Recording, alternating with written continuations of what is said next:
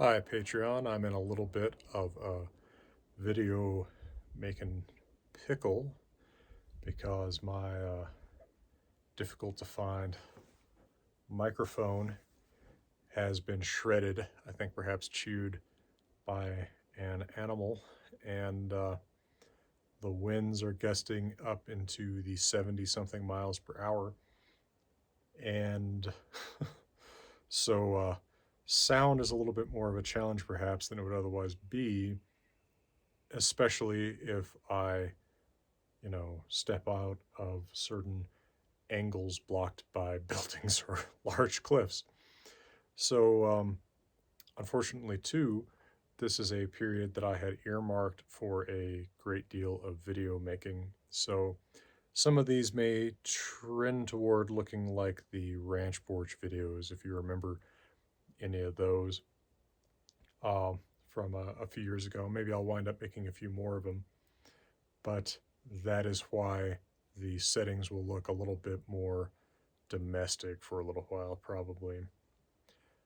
Of course, I intersperse videos made in different ways and different times. Altogether, I don't keep any sort of strict chronological order, but anyway, this isn't what you watch for. Just an explanation for the inevitable complaints about volume that will come on YouTube. What I have for you today is one of my Old Norse lessons. This one will be on a subject that we haven't explicitly covered, but on stuff that we have seen a little bit of, which are imperative verbs. These are the verb forms that you use when you say to someone something that implies that they have to do it, right? So when I tell you, get to the chopper, the get is an imperative verb, right? It's not you can get to the chopper. It's not, I wish you would get to the chopper.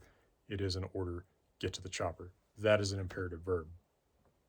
Now, naturally, imperatives are not extremely frequent, but they're reasonably frequent.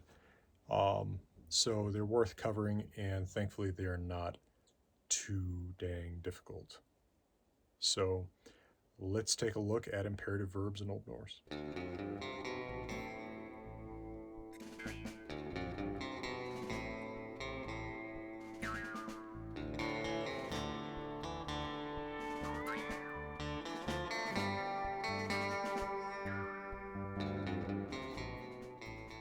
Now, with most verbs, including strong verbs and your pretty common I-type weak verbs, imperatives super easy to form. If you're talking to a single person, all you're going to do is knock the A off of the verb's infinitive and use the bare root. So, for example, the verb fara, if you want to tell somebody go, you say far. Or taka, you want to tell somebody to take, you say tak. Or shoot, you want to tell somebody to shoot, you say skjot. That's pretty dang simple. It's the bare root of the verb. Now, Old Norse, a little bit unlike English, but a little bit like some other languages, including, for example, German, tends to not routinely, but often enough, restate the subject. Now, in English, we don't often do this unless we're being maybe a little bit folksy or very emphatic. What I mean is in English, typically we just say, take this, drive this, shoot this, whatever. We don't typically say, you take this, right? We don't usually state the subject who's being told to do it. Maybe we'll say a name, right? Like, Greg, do this. Old Norse, again, a little bit like German, will often say, go you, right? Take you, shoot you. And the you there is actually the subject, it's the person being talked to. Now, when that happens, you might have the full word thu following the imperative. So, var thu, tak thu, skjot thu.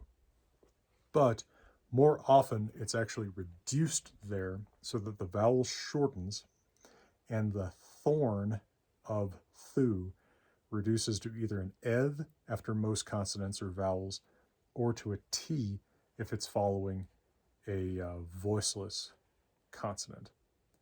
So you would have, for example, potentially farðu, just meaning go, tatu, take, or skjótu, shoot. So that's what you're seeing when you encounter those forms with the edu or tu at the end. Note that those could potentially, outside of the context in which they're used, be confused with past tense plural verbs, right, which might end in a thu or a tu, right, like maltu, they spoke.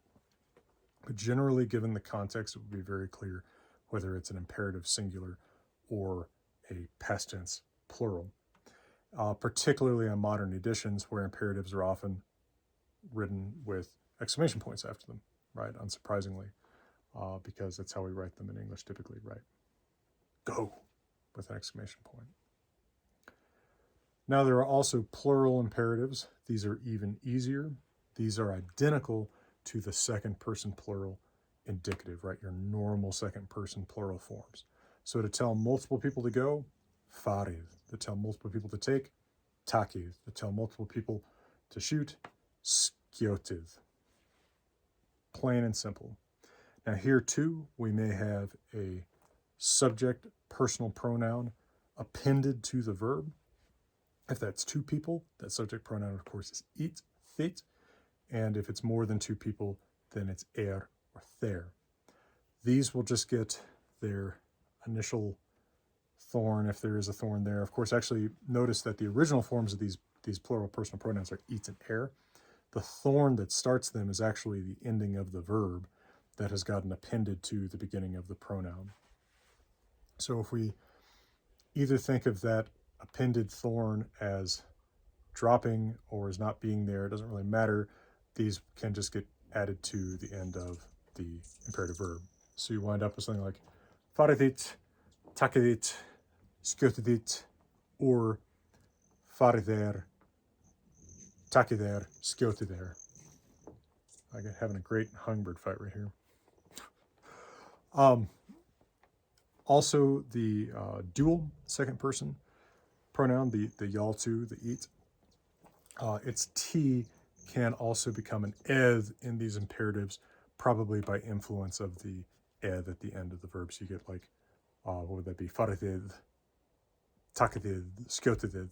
And then in fact, that is identical basically to modern Icelandic, where the word for yal is thið, and that gets appended to imperatives in the same way. All the examples that I've used here have been strong verbs, but your I-type weak verbs are going to work the same way. So for example, mala, speak. If I tell you to speak, that's mal, talking to one person, or malith, talking to multiple people. Note that mala and verbs like it that have a past tense formant in T will also see the pronoun thu become tu, not edu, next to the root in the imperative form. So in fact, the past tense format for these weak verbs is predictive of what the thu will look like when it assimilates to the root. So for example, mala, past tense, malta thu, maltu with that T instead of an eth. That's because of a voiceless consonant that used to be there. What that means is that the imperative second person singular form will be maltu, talk. All right, be back after the usual sort of ad from Grimfrost, and then I will tell you about some other imperative stuff.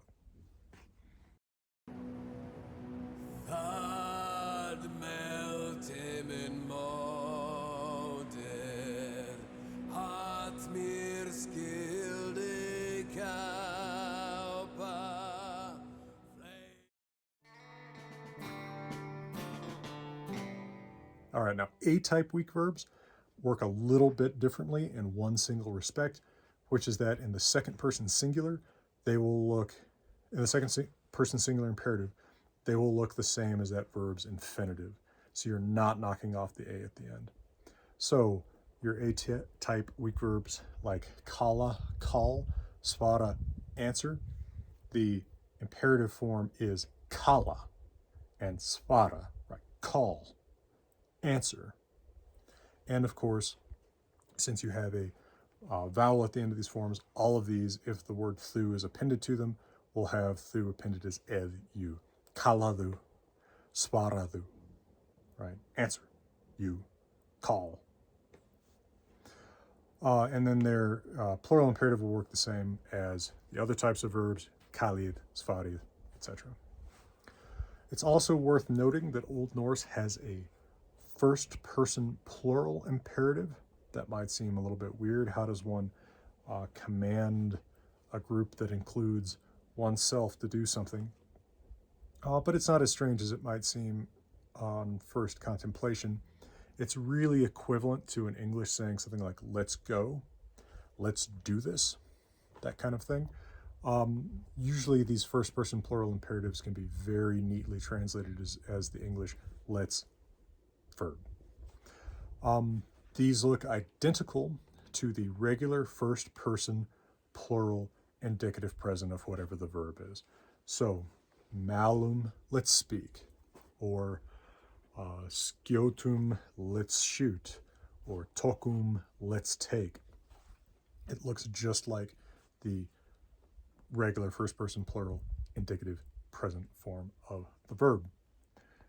Typically, unlike with the second-person imperatives, these will not have a pronoun appended to them, so you don't typically say like malum ver, let's talk, which is odd because, of course, the equivalent in English is the place where you put a personal pronoun, the us, but, you know, different languages have different wrinkles this way, so typically just, again, forum, what are the examples I'm using? Forum, tokum, oh gosh, I forget things so easily, skiotum, malum, colum, svarum. Fairly simple, and imperatives, I think, are less of a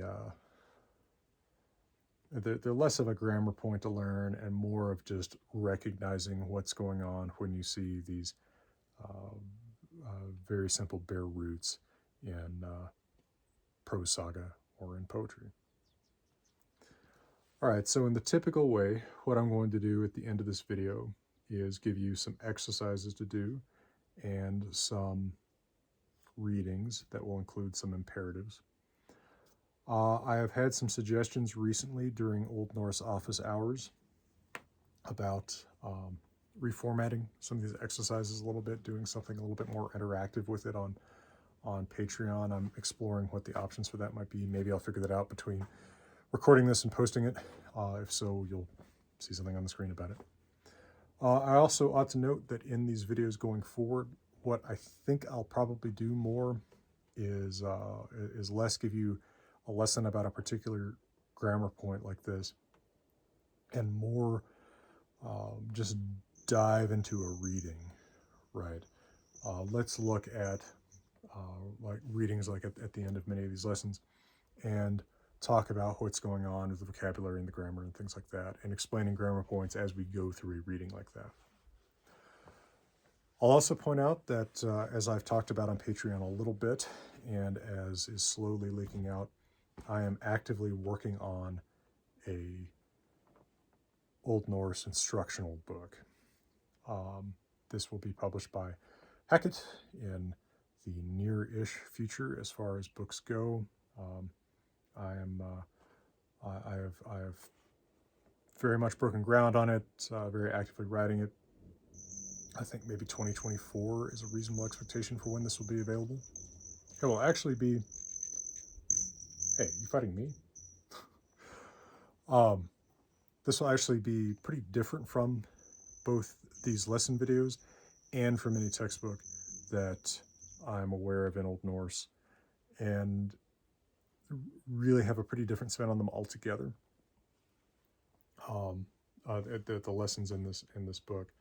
I look forward to sharing that with you. I think that if you're running through these videos, you'll find it, once it's available, a little bit of a different approach to some of the same problems.